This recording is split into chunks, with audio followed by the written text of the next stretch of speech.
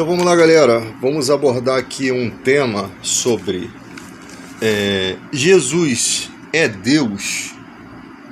É lógico que Jesus não é o Deus Pai, mas nem por isso ele deixa de ser Deus, tá? Porque por que eu estou fazendo isso? Eu sei que muita gente já sabe disso, mas existem muitas pessoas, inclusive até pastores de igreja, que só acreditam no Jesus homem. Eles não acreditam que Jesus também é Deus, que também está na criação.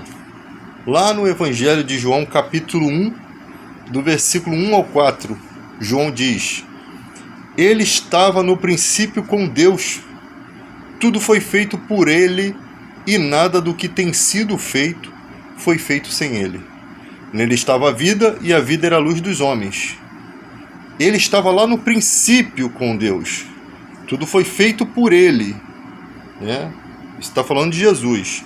Vamos falar da declaração do profeta Isaías, no capítulo 9, versículo 6, que diz assim: Porque um menino nos nasceu, um filho se nos deu, e o principado está sobre os seus ombros, e o seu nome será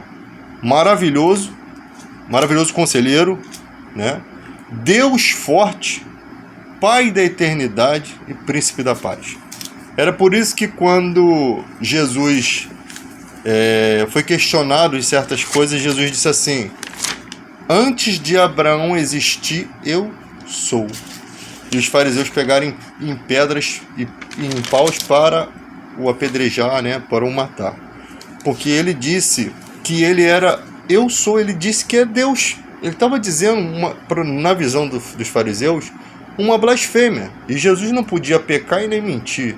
Então ele disse, o fariseu disse assim: Você não tem nem 40 anos e viste Abraão? Ele fala: em verdade vos digo, que antes que Abraão existisse, eu sou. Esse nome eu sou foi o nome em qual, quando Moisés questiona a Deus: Senhor, como que eles saberão que o Senhor falou comigo?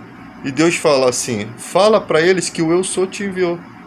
Então quando Arão e os patriarcas lá souberam aquilo da boca de Moisés, eles sabiam que aquela palavra eu sou, que era o nome que só algumas pessoas sabiam, que era da primeira vez que Deus manifestou, eles sabiam que de fato Deus estava com Moisés, porque era impossível deles saber aquele segredo. Então, existem vários textos, né? Hebreus 1:8. O teu trono, ó Deus, é para todo sempre. Mas acerca do filho diz, Hebreus 1:8. Ó Deus, o teu trono, ó Deus, é para todo sempre. Jesus é considerado Deus. O Espírito Santo faz parte da Trindade. Nós entendemos que na hierarquia é o Pai principal, como Jesus fala: vim do Pai e volto para o Pai, porque o Pai que está no céu é maior do que eu. Nós entendemos que o Pai é um ser supremo maior que Jesus. E Jesus, ele disse: não crede que eu estou no Pai e o Pai está em mim? Credes ao menos pelas mesmas obras. Ou seja, a santidade, o amor, as características, quem me vê a mim vê o Pai, são todas idênticas à de Deus. Jesus não foi um ser criado, como as pessoas acham. Jesus existe no exato momento em que Deus existe. Ele é Pai da eternidade também. Lá no início era o verbo, no princípio era o verbo. Por isso que João diz que no princípio estava com Deus.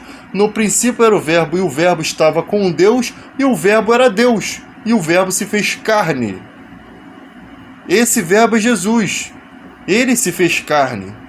No princípio estava com Deus. Era o verbo. O verbo estava com Deus. E o verbo era Deus. Entende? As pessoas... João 14:10. Eu estou no Pai e o Pai está em mim. João 14:8. Mostra-nos o Pai. Há tanto tempo estive convosco. Quem me vê a mim vê o Pai. Lá em Apocalipse, Jesus é um ancião de dias. Em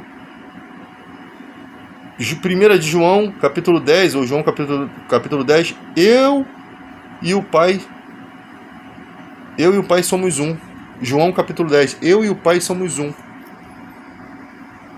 além de ter várias questões de adoração. Tomé adorou a Jesus e não foi impedido de que o adorasse. Em Mateus 28:9, Jesus deixou que as pessoas o adorassem. As pessoas clamavam a Jesus e fariseus: manda eles se calarem, isso é blasfêmia. Se eles se calarem, as pedras clamarão. Jesus perdoa pecados, então ele não pode ter pecados, né? Marcos 2:5, né? Jesus viu Satanás cair do céu.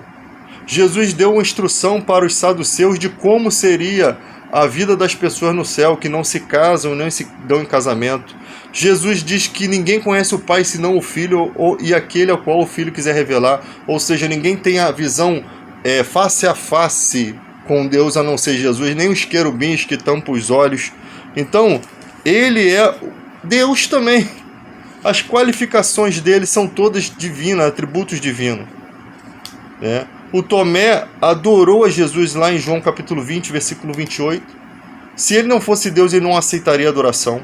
Ele ia falar: adora somente ao Pai, né? Lá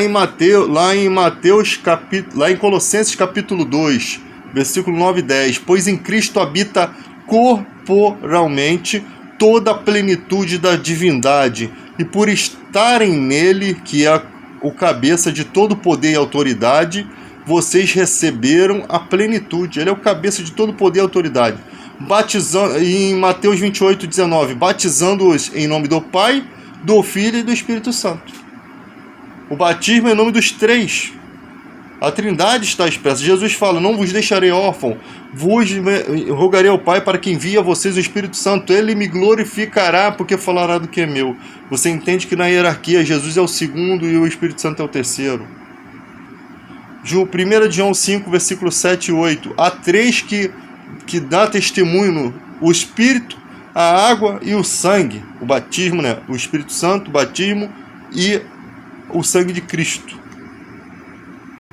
Então aqui nós consideramos, para nós, lá em 1 Coríntios 8:6, para nós, porém, há um único Deus, o Pai, de quem vêm todas as coisas, e para quem vivemos, e um só Senhor, Jesus Cristo, por meio de quem vivemos, por meio de quem vieram todas as coisas, e por meio de quem vivemos. Para nós, porém, há um único Deus, o Pai, de quem vêm todas as coisas, e para quem vivemos, e um só Senhor Jesus Cristo, por meio de quem vieram todas as coisas, e por meio de quem vivemos. Lembra quando Jesus, lá no João capítulo 18, quando os soldados vão buscar Jesus, e ele pergunta: a quem buscais? Aí eles falam: Jesus Cristo. Ele fala: sou eu, né? Que é o sou. Quando ele fala isso, os soldados caem por terra. Só tem isso em um versículo. O poder, o peso desse nome.